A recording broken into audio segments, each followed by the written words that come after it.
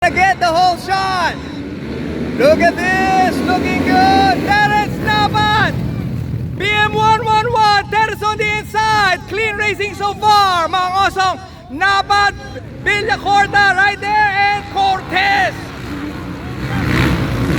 So Mangosong, they went to the inside. Tara nyo guys, ang inside si Mangosong to not get block pass. So Mangosong, Napat, Cortez, Celestino, Villacorta, Malgapo, and Ipanag. Look at this. 1-1-1, number 18. Dalawa po, one on the green machine and one on the red. Tingnan ninyo to. 1 and 2, battle for the lead. This is the corner where medyo wala na po. Bumigay na yung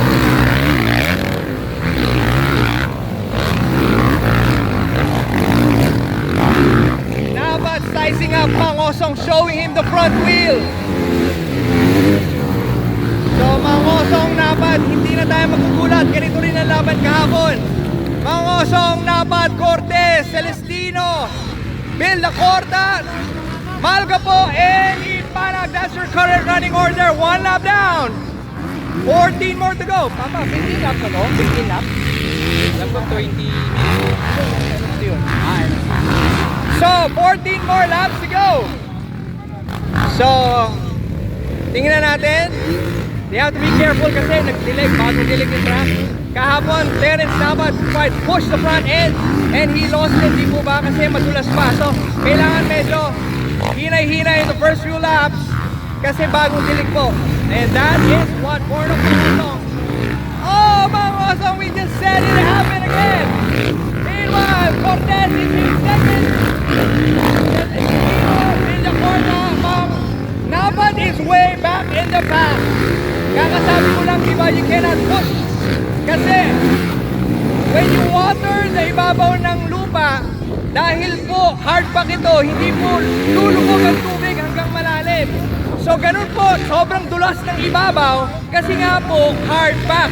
Ibabaw lang po yung nabasa, so may separation po yung ibabaw at yung hard pack na tuyo sa ilalim. Ganun yung nangyari kay Terrence Napat because he's the warrior. So medyo wild to push that bike.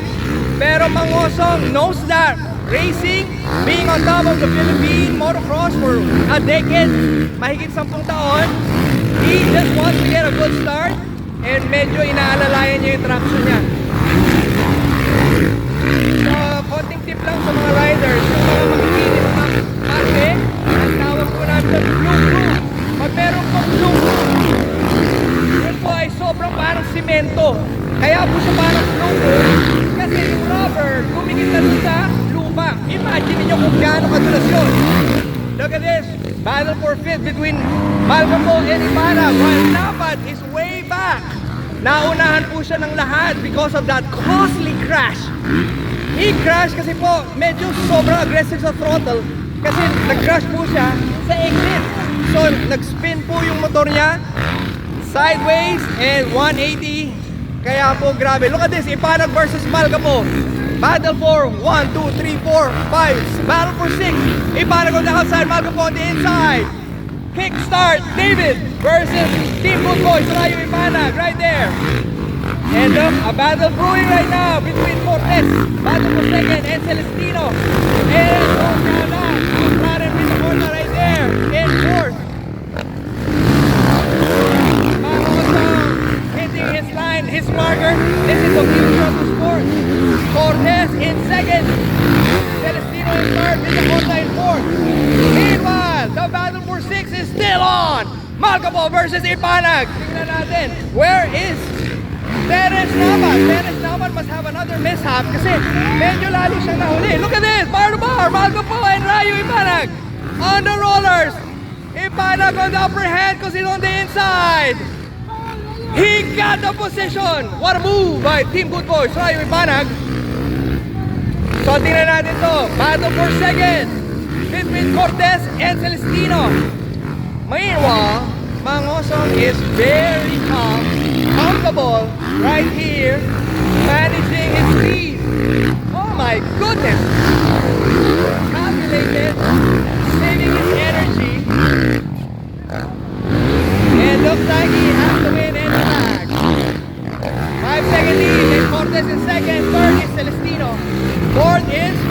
Porta.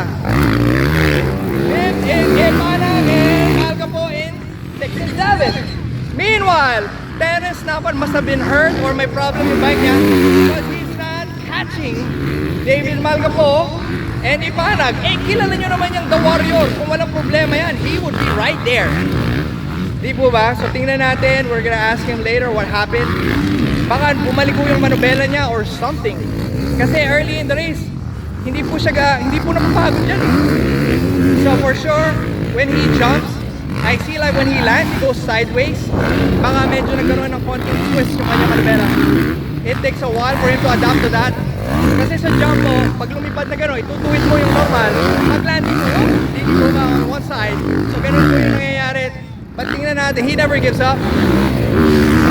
The Warrior never gives up. Tingnan natin, if he can catch. Let's admit it.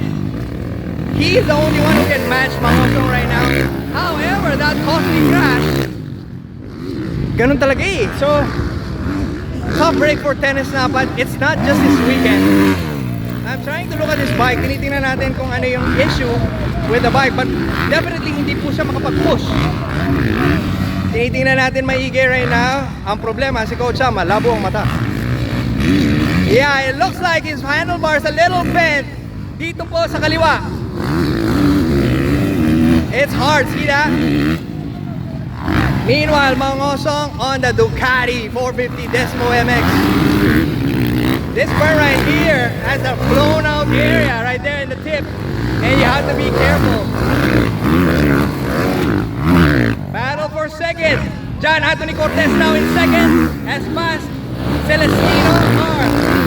So it's Mangosong, Cortez, Celestino, and McLaren Villacorta. Look at this battle. Ipanag versus Malgapo. Kickstart David. Meanwhile, Terrence Napat. Tough break for Terrence. We want a battle. We know he's up for a battle. Pero ang maganda niyan, guys, huwag kayong kukurap. May MX2 pa. Di ba ba? Huwag kayong kukurap. May MX2 pa. That's 20 minutes plus 2. Kasi right now, I don't see any chance. Look at this. 2-second board is up. You're gonna hear the horn. Pag narinig niyo yung horn, two laps na lang po yun. So, looks like Mangosong. What a dominant performance right here. Mangosong on that Ducati. You know, if I'm Ducati, I'm gonna sign this guy for a multi-year deal. Pero you have to understand, he's just having a relationship with Ducati right now. Pero look at this. Mangosong, the bullet of Kiblawan in second. Look at this. Carl Celestino is just right behind him. Alam niyo po, yan pong si John Anthony Cortez. 16 years old lang po yan. 16. Number 18. And then I read, ang tawag sa kanya, the bullet of Kiblawan, number 18. His style is impressive for a 16-year. Look at the amount of experience na natututunan niya racing here in the premier class. So watch out for that kid. I tell you, if he doesn't get injured, he will be a rider of the year. Number 18, John Anthony Cortez. Look at this. So it's Mangosong, final lap, Mangosong, Cortez, Celestino, and Villacorta. Celestino made a mistake in the burn, so Cortez has a very comfortable lead right now. Villacorta riding really well. He had the best career finish so last month. During round 1 and 2, he got second here in the MX1 class. Yun po yung just a trivia. The reason why dito sa atin sa Pilipinas, we're more of throttle control. Ito po experience na namin racing abroad. Hindi po tayo, we always have a hard backtrack kasi napakainit ng araw. And then when we water, it doesn't sip in under. So the thing is, we have to find out paano natin ititil yung dirt pero we can maintain the moisture para when we go on international racing, meron tayong laban. Kasi dito po tayo sanay sa hard pack. Look at this! Final turn! The King of Philippine Motocross! Bornok! The one and only Mangosong! The bullet of Kiblawan in second. He's disappointed with that. Carl Celestino with a podium. McLaren Villacorta in 4th. Wow, top 5. And look at this. Rayo Ipanag held on to 5th place. Kickstart David in 6th. Tough break for the Warrior. Terrence Napat. He'd end up last place. But what a battle. What an effort.